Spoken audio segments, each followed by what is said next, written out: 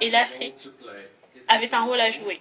Elle a un rôle de producteur de matières premières. Nous ne laisserons pas l'Afrique subsaharienne s'échapper. Nous faisons tout pour la maintenir là où elle est. Il est donc essentiel de clarifier ce point.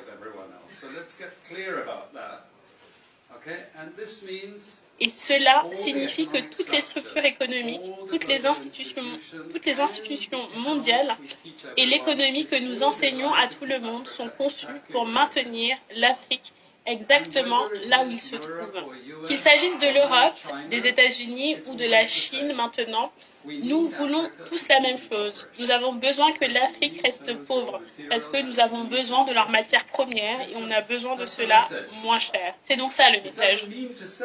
Cela ne signifie pas qu'il n'y a rien que les Africains ne puissent faire.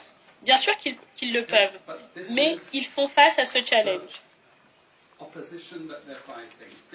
C'est de cela qu'il s'agit.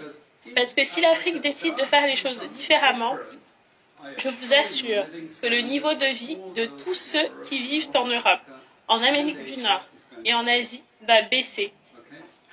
Et c'est un lourd prix à payer. Je vous assure que l'Occident ne le permettra pas sans leur faire la guerre.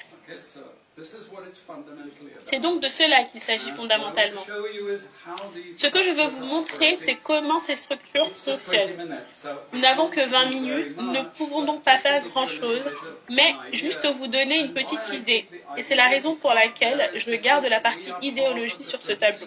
Parce que nous faisons partie de ceux qui produisent et véhiculent ces idéologies dans les universités et les institutions académiques. Nous sommes donc complices de toute cette affaire.